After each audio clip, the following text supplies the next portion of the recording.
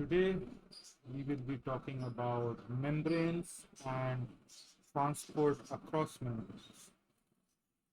So that is chapter 2A1, starting from chapter 2A1 in the year 1 book for Edexcel.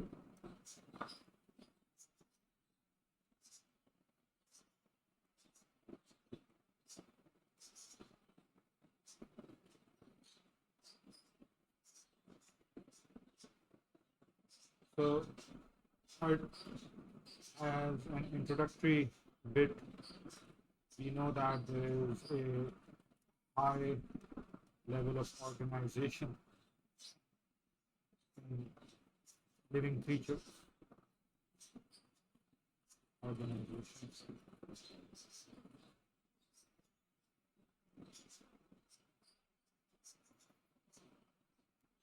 And there's multitudes of chemical reactions happening, right? All the metabolic reactions, the metabolism.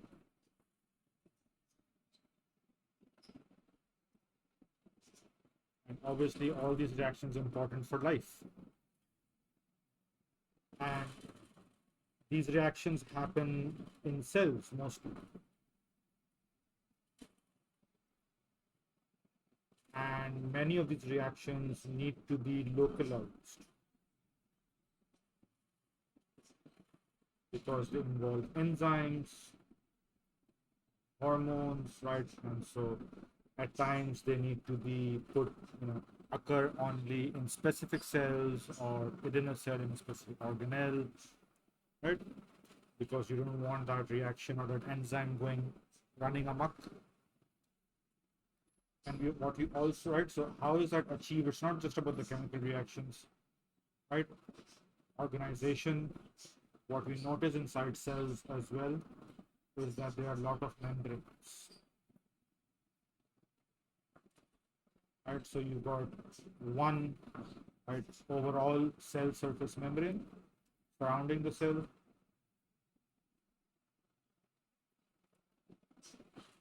And you've also got membranes surrounding organelles, like the nucleus, like the mitochondria, the Golgi apparatus, the endoplasmic reticulum, vesicles, right? All these organelles, they all have membranes. And so what membranes help with is compartmentalization.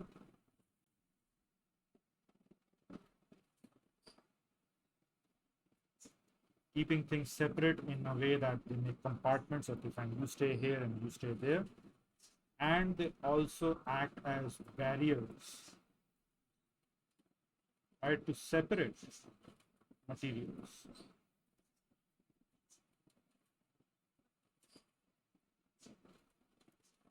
So membranes are very important in living systems, obviously. Right, for example, right, vesicles, right? So vesicles are carrying chemicals like digestive enzymes to be secreted outside the cell.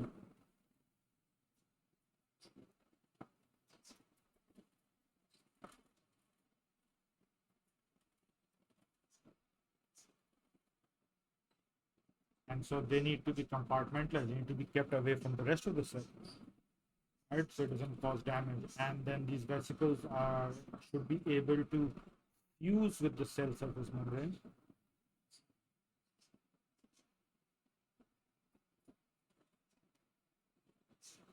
and release the enzyme, right, outside the cell in the extracellular environment.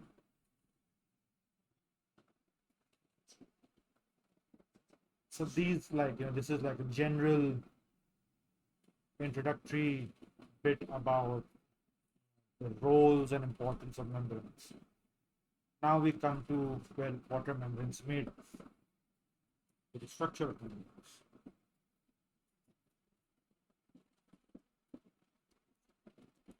And what we have learned through research and microscopy so far, that there are two main components, and emphasis on main because there are other things as well. There are two main components of membranes, and those are phospholipids and proteins. So if you're familiar with proteins, we'll talk about what kinds of proteins. Phospholipids, so let's break this up. You've got phospho, which means there's a phosphate group involved.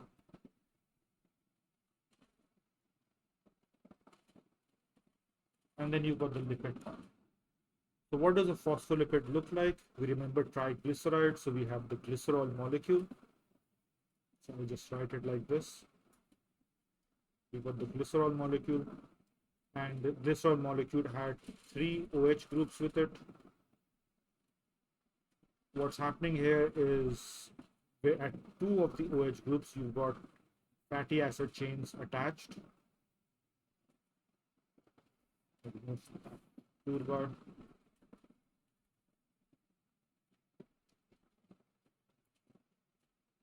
So it's not a triglyceride, you only have 2 fatty acid chains.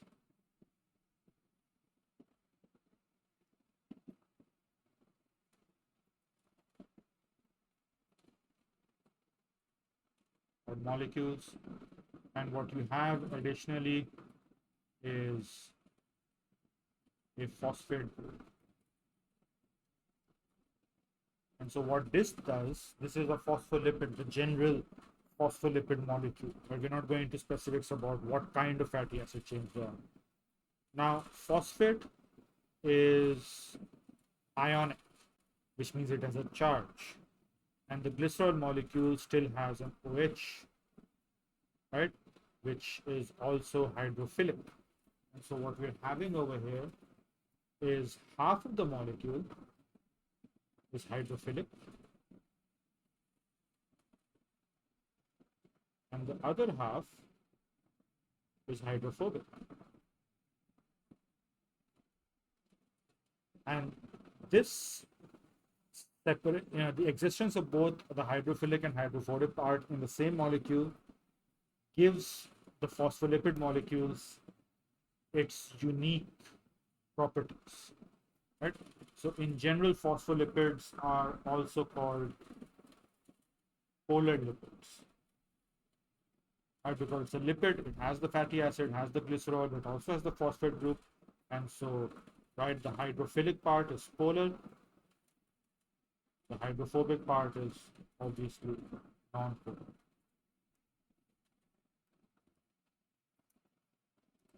So what happens now? In, if you put a phospholipid molecule in water, because it has that hydrophilic and hydrophobic part, what would happen is, let's say this is the surface of the water, right? This part is aqueous, and this part is air. So what you would see happening is you would see the glycerol and the phosphate. So let's draw it, right, as a circle. So this is the hydrophilic head,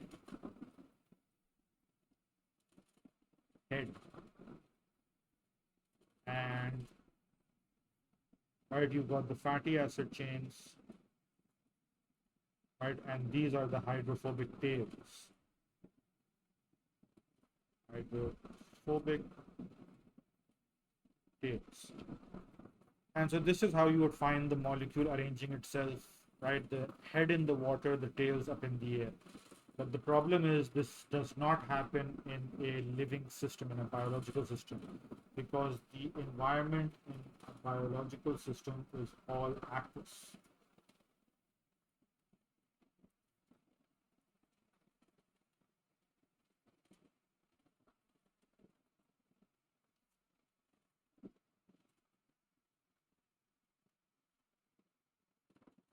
So what do you have? Well, another structure that could happen, again, this is not the one you would find in biological system, is you would perhaps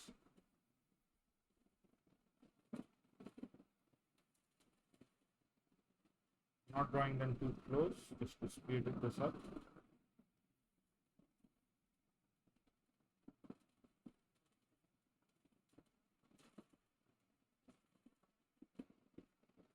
And so the phospholipid molecules would form this sort of ball, which should be called a micelle.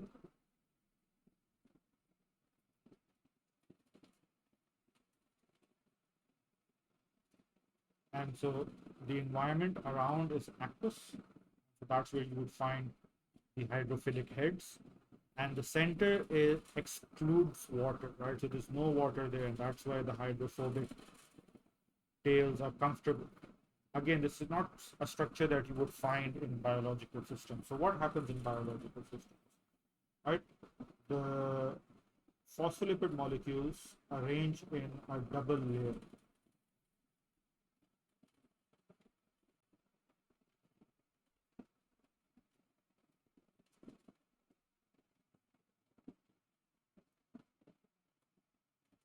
Right, which is called the phospholipid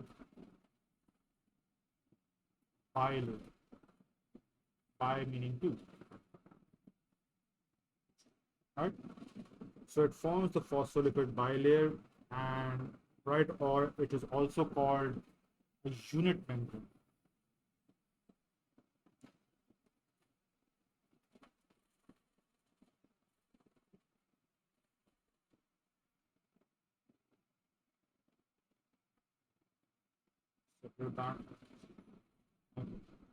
So what does that look like? As you would imagine, I guess, you've got so 6 is enough, and then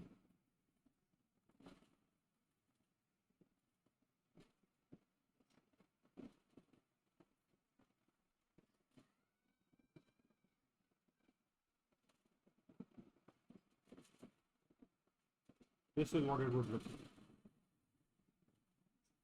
What it does look like, in fact.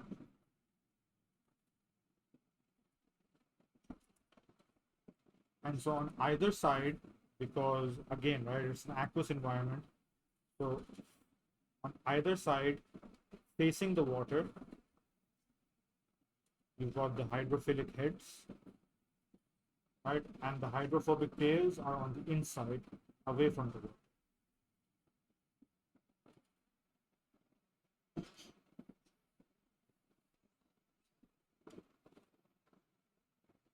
Right? And so you have that, right, encompassing the cell or the organelle or whatever it is. Again, not all organelles have a double membrane, but still, right, that means the internal environment could be, favorable for the hydrophobic tails. Right now, we're focusing primarily on the cell surface membrane, but gives us a general idea and understanding of how the membranes work. All right, so this is a bilayer, and this is how the phospholipid molecule is arranged. But this is still not the complete structure, right? Because there are more parts to it. As I mentioned, it's lipid plus protein, right? And then some. So there's still more to the structure. So what do we have? Right? So if we take everything else into consideration, what we actually get is what's called the fluid mosaic model of the membrane.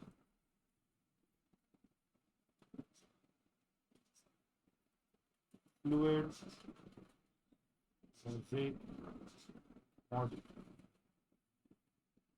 right, of the cell membrane.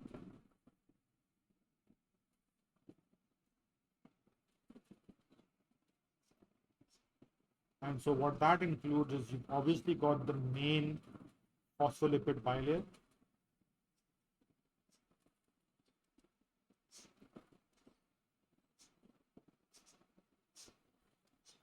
You've got proteins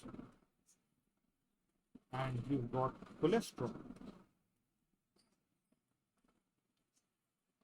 In the phospholipid bilayer, right, it says fluid. Fluid means that there's movement.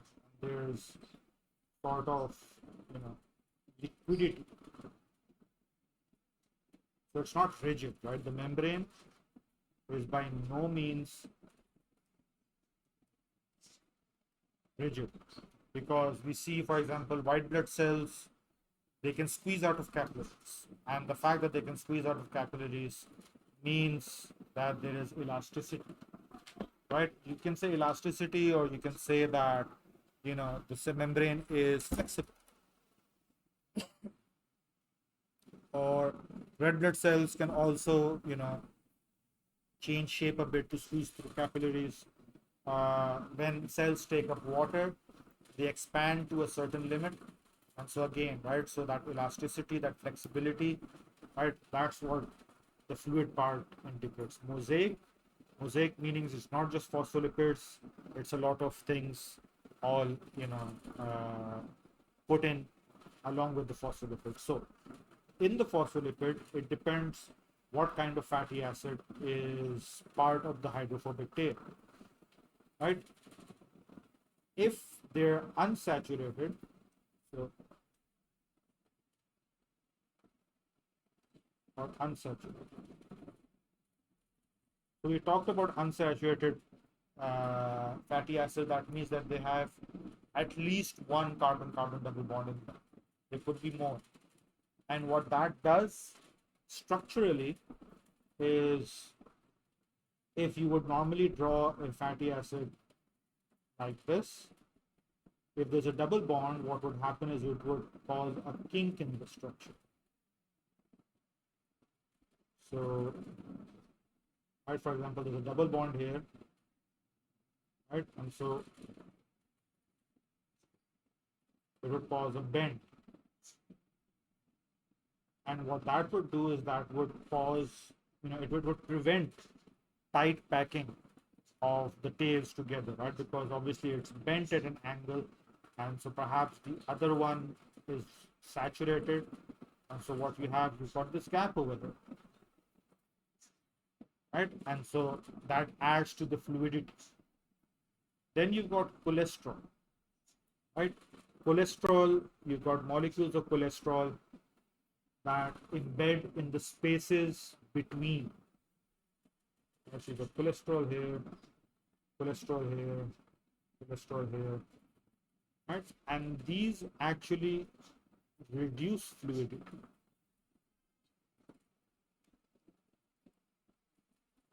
Right? And so that gives balance, because you don't want it to be too fluid, you don't want it to be too rigid, you want it to be just right. Now, you're not wanting anything, obviously, the system is maintaining itself, but that is how the system maintains. The cholesterol reduces fluidity, but also, right, provides a balance into how fluid the cell membrane should be.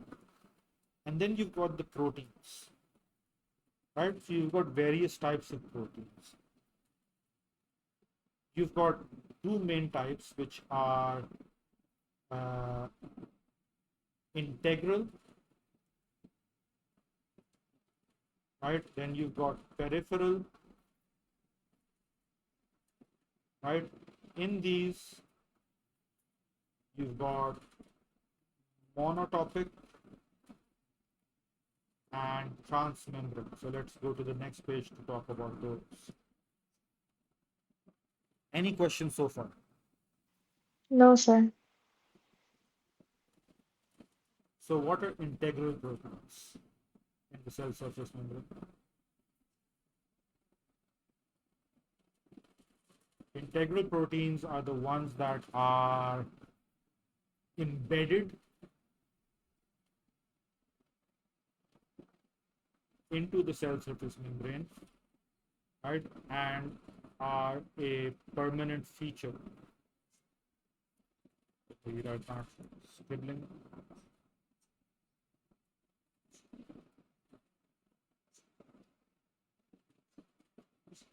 So they're there, they're not going in. So they're part of the cell surface membrane, right, a permanent part.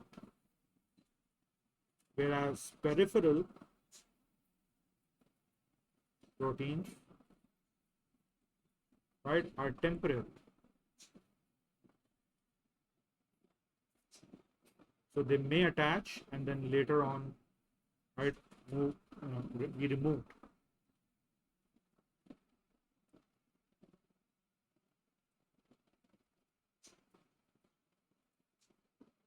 Alternative names for integral proteins are intrinsic. So I'm just giving you that extra bit of information.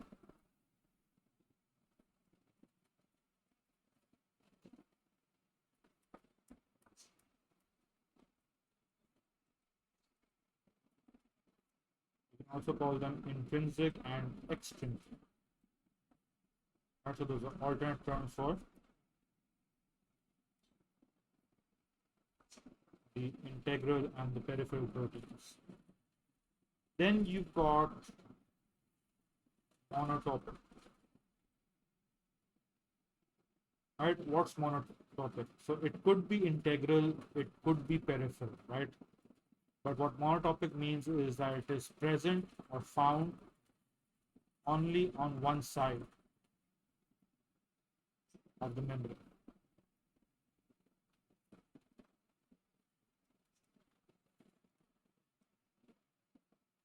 Alright, so it could be the outside, it could be the inside, but on one side. Whereas transmembrane proteins,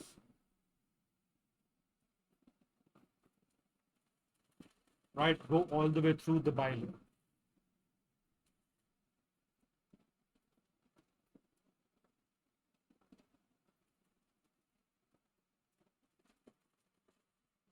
Right, and because they're going through the bilayer, that means there is a portion of the protein that is hydrophobic.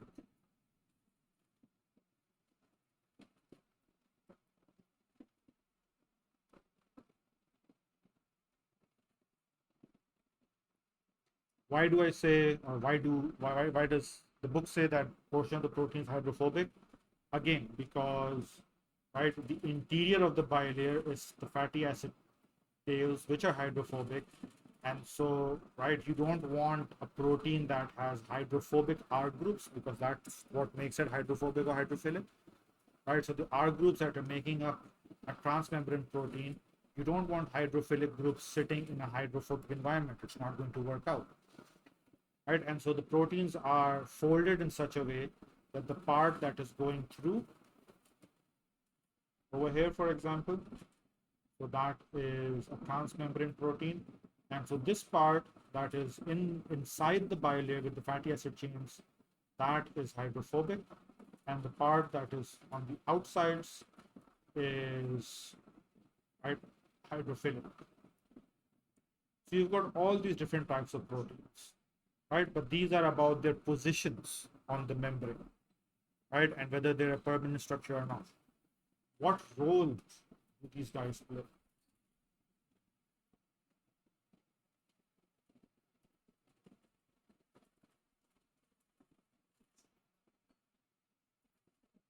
So they could be receptors, and we've come across some receptors.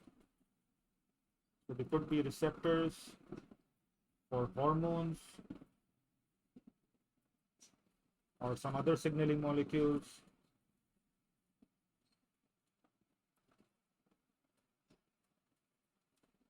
Right? They could be enzymes that respond, right? Two hormones or signaling molecules are attached to receptors. So, right, signaling cascade is what happens. And that is discussed in A2. And since we're taking those classes, we've gone over that. So, right, enzymes for signaling cascades or secondary messengers. So they are attached to the membrane. Messengers. Then you've got glycoproteins.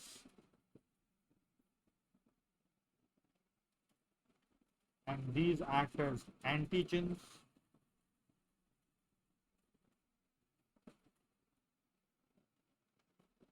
Right, for cell recognition. So for example, your immune system, your white blood cells are able to identify the type of cell and whether the cell is part of the body or not. right? And or if it's infected or not, and does it require an immune response or not, right?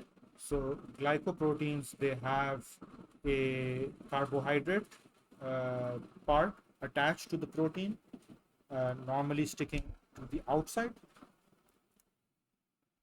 and so they act as antigens.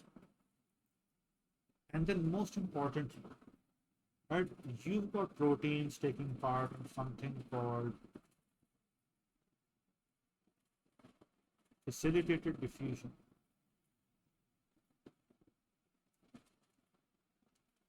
And now we'll talk about that in more detail. Facilitated diffusion and active transport.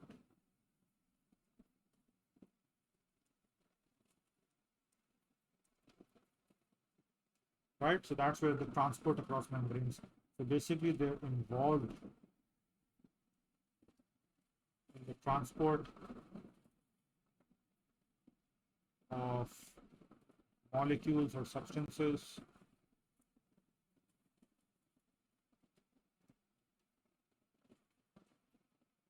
across the membrane.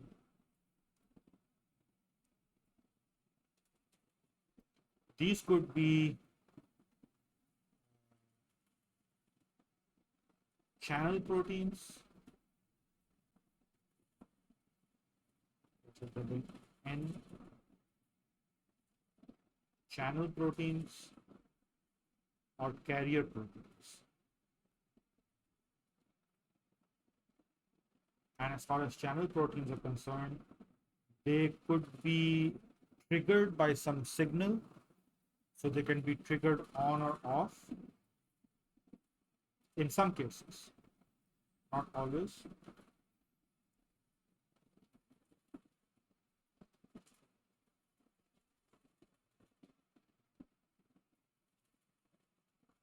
In which they are called gated proteins,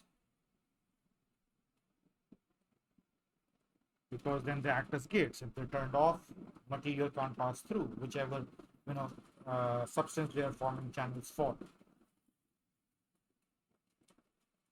Okay, so what else do we want to add? So that pretty much covers yeah, 2A1. There's a bit over here where they talk about the history of the discovery and the building of the model of the membrane.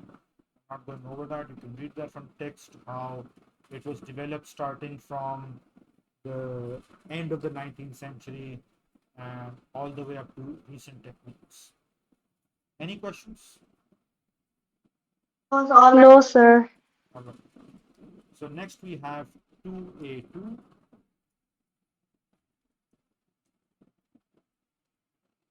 Which is cell transport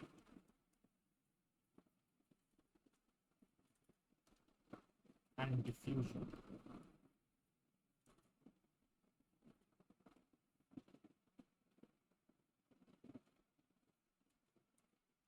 So again, right, we know substances move in and out of the cell all the time.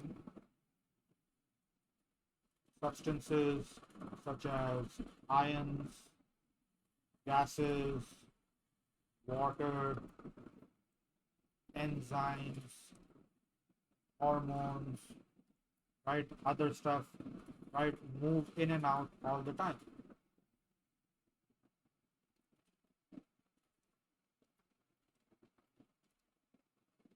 Right? How does that happen? So that's obviously talking about cell transport.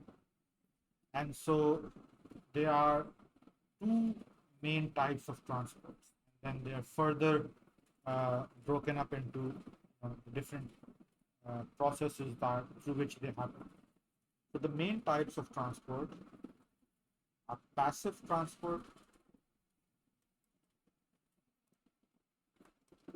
and this is the kind of transport where, right, substances move down a concentration gradient. So there's a concentration gradient or a pressure gradient or an electrochemical gradient, and there is no energy input by the cell.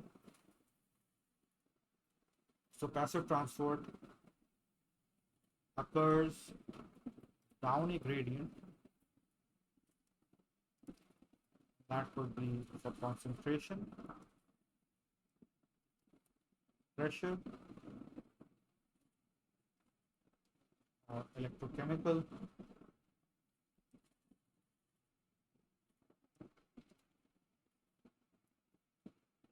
Right? And no energy input from the cell.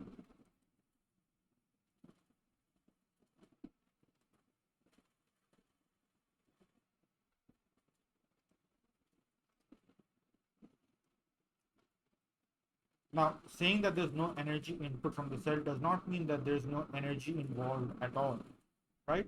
The energy involved over here is, for example, kinetic energy, right? Or electrostatic in case of electrochemical, right? Or some so, but the thing is that the cell is not utilizing energy to move the substances across the membrane. The other type of transport is active transport, right? And this you could say is the opposite of passive transport. So it occurs up a gradient.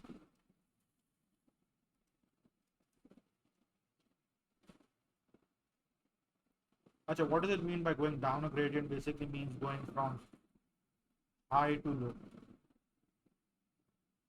Right? That's the direction of movement in terms of whether it's concentration or pressure or electrochemical. Wherever there's more, it moves from where there's more to where there is less. Going up the gradient means going from low to high. And as you can understand, this is the opposite. Right? This is not something that would normally happen. And so this requires an energy input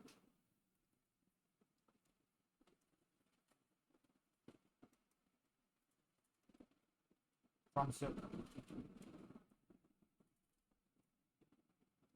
Right? Yes, sir.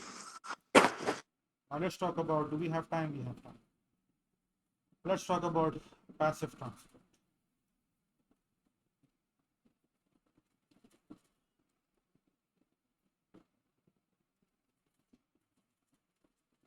So there are two types of passive transport. Well, actually three. Right? The first is called diffusion.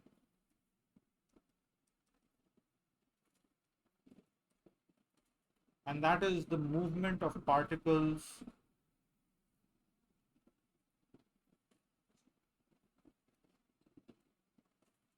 whether those are ions or atoms or molecules or whatever they are, right? In a liquid or gas, so you don't have that happening in solids.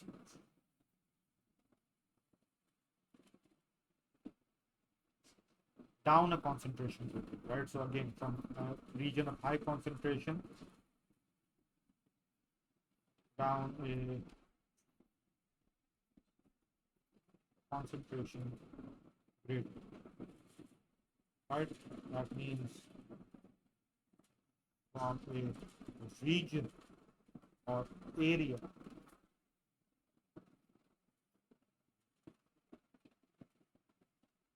of high concentration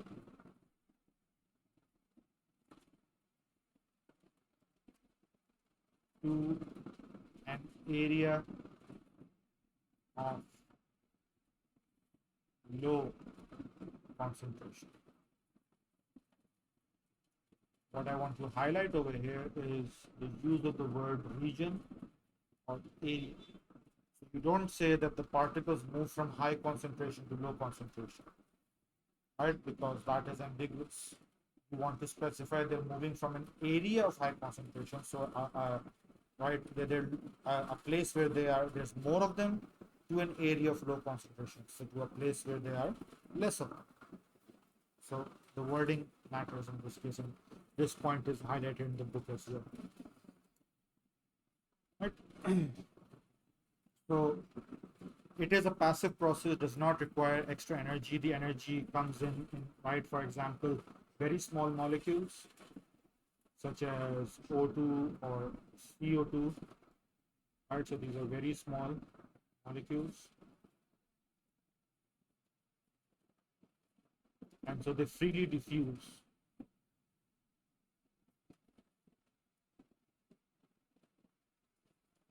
across the membrane. What's providing the energy, right? For example, again, kinetic molecules. How does that work? Well, if you've got more molecules on one side,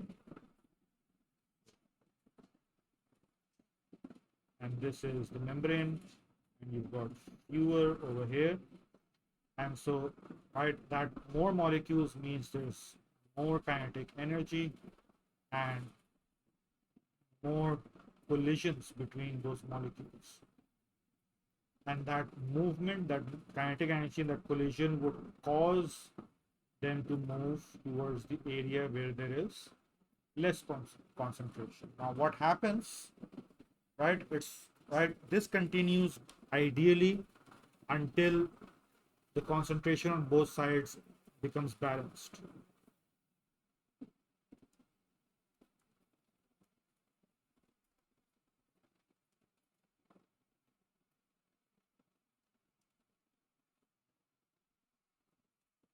When it becomes balanced on both sides, it doesn't mean that the collisions stop happening. So there's still exchange of particles, but the net distribution becomes even. Right? So particles still moving about, there's still kinetic energy, there's still collisions, but now there's just about the same concentration, the same number of particles on both sides of the barrier. Now, this is what diffusion is. So an example would be, you walk into the house and your mother's cooking food in the kitchen, and you can, right, and the kitchen's on the far side of the house, but as soon as you walk through the front door, you can smell something, pleasant. And how does that happen? With, right, the particles that are coming up into the air, they're traveling through the house and they've reached the front door. Right now, ideally, if left that way, however many particles are present in the air, they would spread out evenly through the house, and so you would have, depending on how many they are, a certain strength of that aroma throughout the house, right? Unless something removes that. Now, because we're talking about kinetic energy, we're talking about collisions, right? Diffusion can be affected by temperature.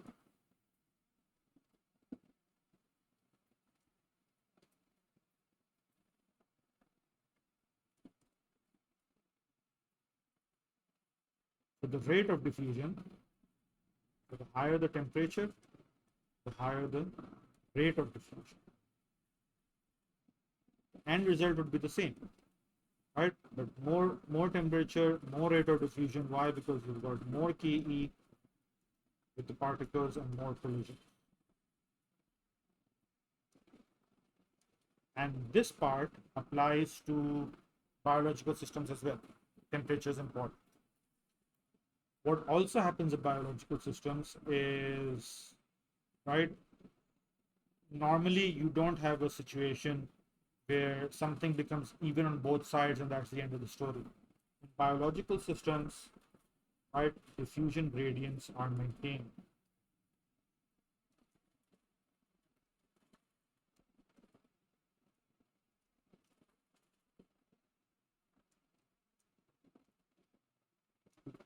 Keep the diffusion process going. For example, right, blood flow in the lungs. So we know this from our IGCSE. You've got blood flow in the lungs, and what's that? That's doing, it's keeping the gas exchange process going on. The blood is taking up oxygen, it is giving up carbon dioxide, right? And if the blood just stays there, there'll come a point very quickly where no exchange is happening, and so you'll suffocate, right? And you don't want that. So the blood is moving constantly, and so even if a certain volume of blood passing through the lungs has taken up oxygen, it's become saturated, it's given up its carbon dioxide, right? It's pushed along because the heart is pumping. And so new blood comes in which doesn't have oxygen. So it's going to take up more oxygen from the lungs. It's going to give up the carbon dioxide taken from the rest of the body tissue, right? And so that process continues. So factors affecting in a biological system, factors that affect diffusion, uh, right, are temperature, obviously, we talked about, right, the concentration gradient,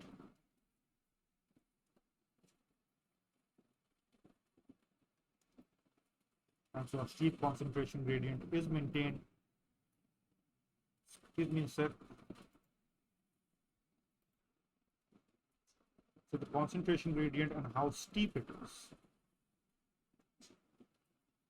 So the greater the difference in the concentrations across a membrane, the more the diffusion will happen. Then you have the nature of the particle or the right substance that is diffusing, and that will come into play when we talk about facilitated diffusion next class, unfortunately. The nature of the molecule and surface area over which diffusion is occurring. Right, and biological, you obviously have cells, right? But then to increase the surface area, you've got villi,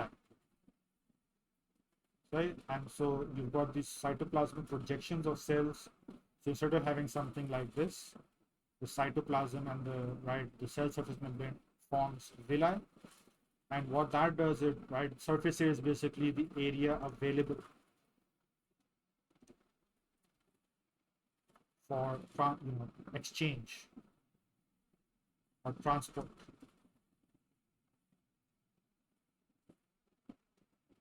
And so the greater the surface area available, the more the diffusion will be favored, right? So those are the factors that affect diffusion. That's all about diffusion. We need to then talk about facilitated diffusion, osmosis, and then move on to active transport, and then, right, in fact, we'll talk about a bit of that in more detail. Any questions? No, sir. No. All good? Yeah. So, all right, I'll have to stop there and we'll continue with this topic next time, inshallah. Inshallah. All right. Take care, sir. Allah Hafiz. Allah.